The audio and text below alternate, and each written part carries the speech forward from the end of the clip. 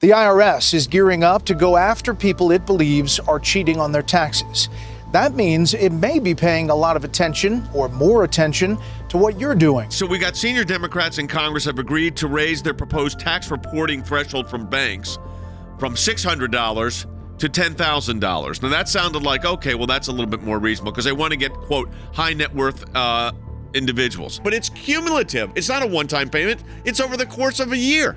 So of course they can look at anything. You don't become a millionaire or billionaire in $600 or $10,000 transactions.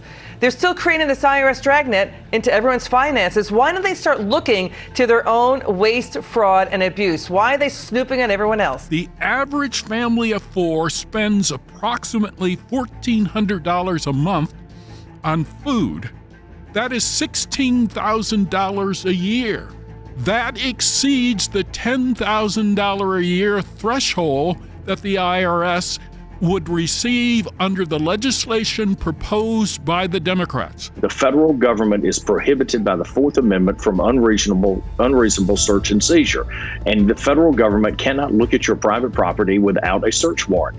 This is a constitutional issue. It does not matter if the amount is $1, $600, or $10,000. Americans do not want the IRS snooping into their bank accounts. It is one step in the direction, I would argue, of moving toward a police state. It's all just trying to change perception because they knew that the American people were onto it and that the American people were not having it. I want a petition up on this. I want to bombard Capitol Hill with this information.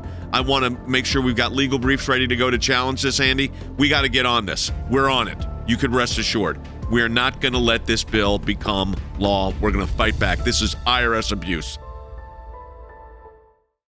Leading Democrats in Congress agreeing to raise their proposed IRS tax reporting threshold for bank accounts to $10,000 a year. Now, that's up from the previous proposal of just $600. We are launching a petition. It's up at aclj.org to stop and also just keep educating Americans about this power grab by the IRS. Think about, again, the $80 billion, $87 billion, 80,000 new IRS agents. And they tell you they're not trying to go after the everyday American? Republicans say that they don't want the government spying on the bank accounts of middle Americans and small businesses. I want to be clear. We have to be prepared to really fight. I mean, really fight, folks. That's why we have a petition up at aclj.org. No court order. We have to stop it. That is the goal of the American Center for Law and Justice. Legislatively, legally, if we have to, because we've got the consent orders. But look, we've got to stop this. So that's why the fight on this is so intensive right now. It's as if every single American was under audit every year.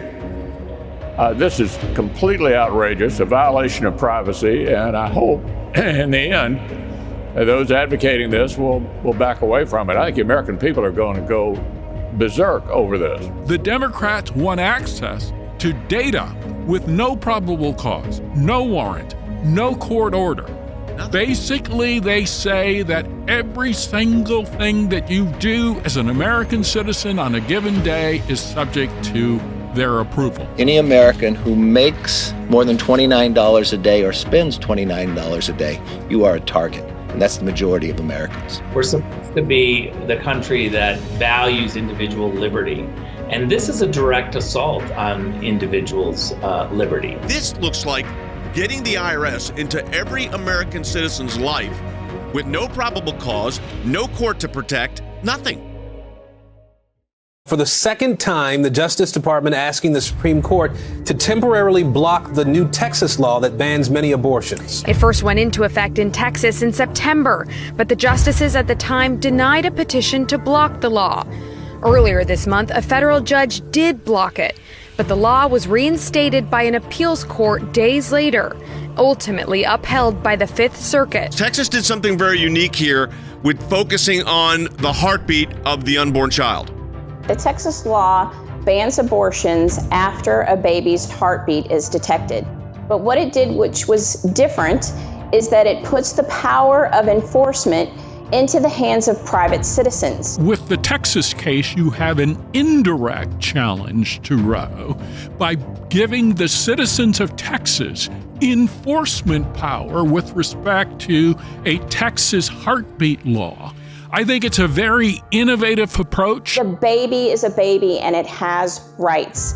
And so, abortion is the only place where a woman can decide to murder an innocent human being just on her own, and no consequences to that. Life is winning because the American people have seen the truth. And Jay, as long as the left is in a position of having to advocate for the ending of a life with a beating heart, or because that life is a certain race or gender or has a disability, guess what I think is going to happen? I think the trend towards life is going to continue. Please show me in the Constitution of the United States where it says you've got a constitutional right to an abortion. I defy anybody to show me that, and I'll tell you why. It doesn't exist there. You have 3 major abortion cases simultaneously, either at the Supreme Court or the court right below the Supreme Court. So this is monumental moments here.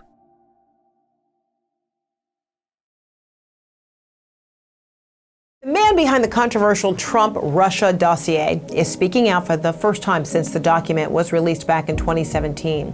Former British intelligence officer Christopher Steele breaking his silence about the dossier in a new ABC News documentary. You would think that after the Mueller team went through the phony dossier and found that the allegations in the dossier were in fact false, and Christopher Steele turns it around and says, well, no one showed me evidence of being false. Well, if something didn't happen, there's not a lot of evidence to show that it didn't happen.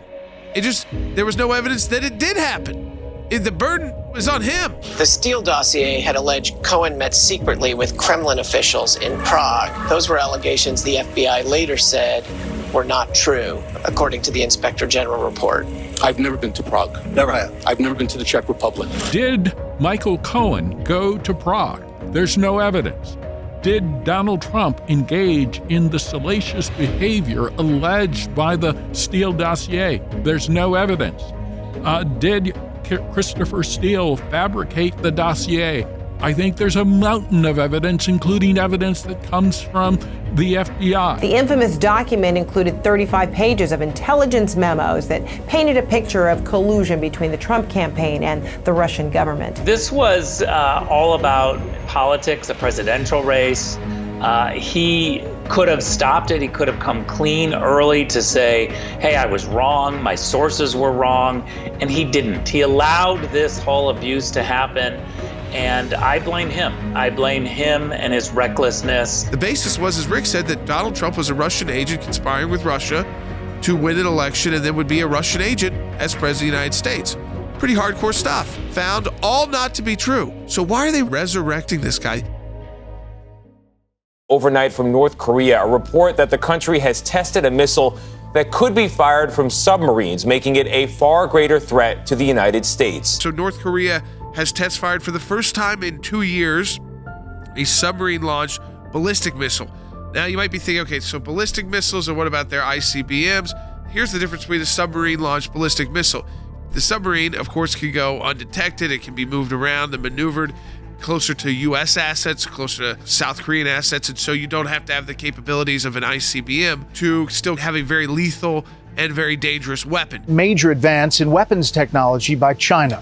That nation has tested a nuclear-capable, next-generation hypersonic missile. China, we're just finding it out now, but that China reportedly tested in August a nuclear-capable hypersonic weapon, much harder to detect and intercept than ballistic missiles. Beijing test-launched the weapon this summer, sending it into space and around the planet before it landed just 25 miles away from its intended target. When you hear the White House press person say that we welcome competition from China, no, we don't welcome competition from the Chinese Communist Party. We want to continue to be the beacon for freedom around the world. We don't want to live in a society that's dominated by a Marxist-Leninist ideology. The U.S. does not currently have the ability to even track this weapon, much less defeat it. It will give the Chinese the ability to conduct a nuclear strike anywhere in the world without warning. We can't ignore North Korea at this point. Now, you can have a debate about how you should engage them, about what the proper way to engage them, but you can't ignore them. So what is the United States plan at this point? I'm afraid, Jordan, it's probably just to ignore them. Then you look at China.